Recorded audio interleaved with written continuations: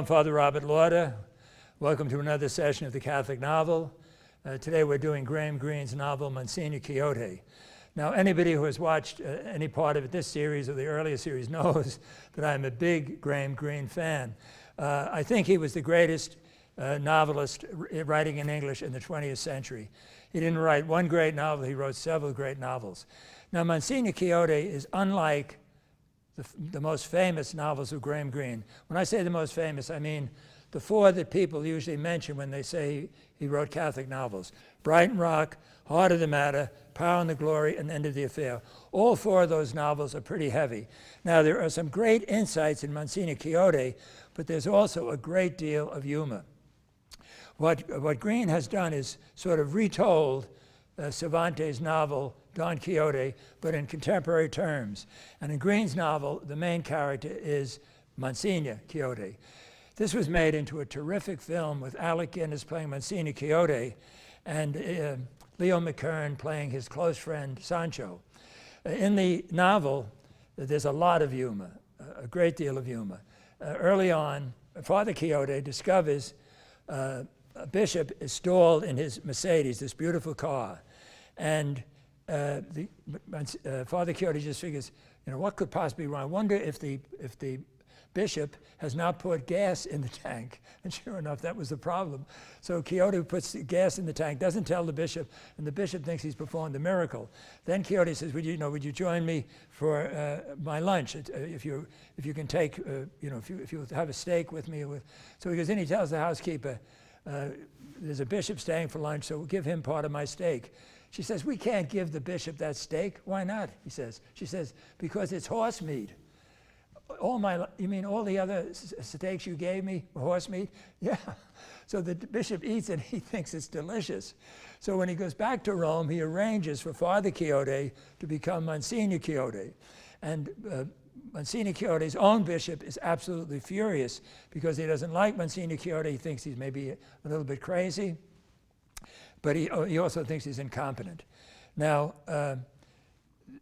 what Greene has done, I think, is taken Cervantes' main character with his tremendous insights into chivalry and given this character, Monsignor Quixote, tremendous insights into spirituality.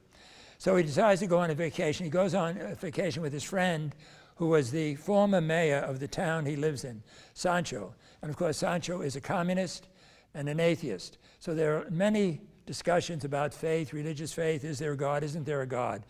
And as the plot goes along, another very humorous part of the novel is Monsignor Quixote claims he is a descendant of the famous Don Quixote. And of course, that's quite a trick, since the famous Don Quixote is a fictional character, but he insists on this. And what is Greene doing there? I think he's doing a couple of things. I think he's saying, spiritually, Monsignor Quixote is a descendant of Don Quixote. He has similar values, similar insights into persons, kindness, unselfishness. So both men are kind of dreamers. Instead of a donkey, which is what Don Quixote rode, Monsignor Quixote has an old beat-up car, but he names it the same name as Don Quixote gave the donkey. I think it's pronounced Rocinante. So there's lots of humor in the novel, right? Toward the end of the novel, Monsignor Quixote and the communist Sancho are in a car accident. And Monsignor Quixote is banged up pretty badly. And they are taken into a monastery. And at the monastery is a professor from Notre Dame who is a Catholic but does not work at it very much. And he and one of the monks get involved in discussions. The professor from Notre Dame says he's interested in fact, and fact is not fiction. And the monk says, but sometimes fiction is much more important. Now, what is Greene getting at there? Okay, I can only tell you what I think, all right? I think he's saying that the facts are the facts are the facts. You don't go anywhere with them. But with fiction, your imagination is involved, and it can develop, and it can grow, and it can put us, I think he's arguing, it can put us in touch with the transcendent. In several interviews that Greene gave late in his life, he made reference to the distinction between belief and faith. And he said he's lost many beliefs, but he has not lost the faith. Now, what does that mean? Once again, I can only tell you what I think. I think he means theological positions. I think by belief he means certain things the theologians said, but they don't say anymore. And I think what he means by faith is a deep commitment to God. Okay, so after the accident, Monsignor Quixote is in something like a coma. And when he becomes conscious, he's very disoriented. And he says to Sancho, "I will give you a kingdom." And I remember in the movie, Leo McKern does this so well. He says, "Monsignor, a kingdom? A kingdom?" And of course, Monsignor Quixote means he's going to introduce him to the faith. And then Monsignor Quixote wants to say Mass. So the monk says, don't interrupt. You know, he's hallucinating. Don't interrupt him. It may damage him. So they follow Monsignor Quixote down to the chapel. And on the way down, he talks to a statue. He says, "Can you point me toward the chapel?" Okay, so he's quite disoriented. But apparently, remembering how they carried him in, he knows where the chapel is. He goes there, and he starts a Mass. Of course, there's no bread and wine. And the professor from Notre Dame, the monk, and Sancho are there as the Mass is taking place. When they get to the consecration, Monsignor Quixote, there's no bread, but he holds his hands as though he has the bread. And he says, "Hac est anum corpus meum," which are the words of consecration. And then he goes to give out communion, though once again there is no bread. And he's kind of stunned, okay? So Sancho who was a Catholic, and when he was a little boy, or perhaps a teenager, thought about becoming a priest. He remembers enough of communion, and he puts out his tongue, and Quixote acts as though he's giving him a host. And then Quixote dies. And they're discussing the Mass later. And the professor of Notre Dame says, "That was not a real Mass. I mean, there was no bread and wine. It's not a real Mass." And the monk says, "Well, which do you think is more difficult? To turn bread and wine into the body and blood of Christ, or to make Christ present without bread and wine?" So, either way you look at it, it's the power of God. Then Sancho overhears this, and he becomes worried. I mean, this is another example of partly humorous, partly not. He becomes worried that maybe he has made a sacrilegious communion. He knows enough about the faith, he remembers enough about the faith to know he should not have received communion. And now that the monk is suggesting that there was some kind of communion here, there was some kind of meeting with Christ, he's very upset. So as he is leaving the monastery, he sees the broken down car, which Monsignor Quixote always, spoke of as though it was his animal, his vehicle, and he's glad that Monsignor Quixote didn't see that. And then he begins to think, and I'm going to read you this now. I don't think this is a spoiler alert. It's the end of the novel, but it's a key insight that I want to talk about. Let me read it to you. So they're driving away, and all his life as a communist, Sancho was opposed to Franco, okay? So here's what it says. Sancho is the former mayor. The mayor didn't speak again before they reached Orense. An idea quite strange to him had lodged in his brain. Why is it that the hate of a man, even of a man like Franco, dies with his death?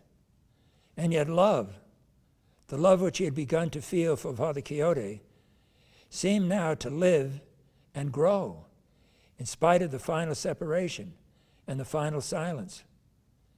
For how long, he wondered, with a kind of fear, was it possible for that love of his to continue? And to what end? Okay, so a frequent theme in Graham Greene's novels is the Hound of Heaven. So even in this very humorous novel, the Hound of Heaven, God, is using Monsignor Quixote to reach out and bring Sancho back to the faith.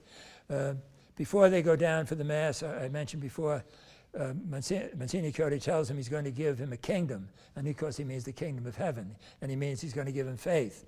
And He uses a Spanish word. I'm sorry, my Spanish is a little rough, so you'll have to look it up yourself, but he uses the term compañero, which apparently means a really close friend, someone you are really very, very close to. So I think it's a sign of genius, I think, that you can write a comic novel that says such important things. And of course, that's why Graham Greene is Graham Greene, and no other writer is Graham Greene. Now, in the film, I mentioned Alec Guinness played Quixote, and Leo McKern played Sancho. It never played in commercial theaters. It was a British production, so you could only catch it on TV. Though I did show it in one of my festivals. I guess we got a DVD of it. That reminds me of another great film. I don't know how these decisions are made. I think it's called The Sacred and the Black, with Gregory Peck. He plays Monsignor Flaherty, who helped a number of Jews hide during the Second World War from the Nazis. Once again, that was a great movie.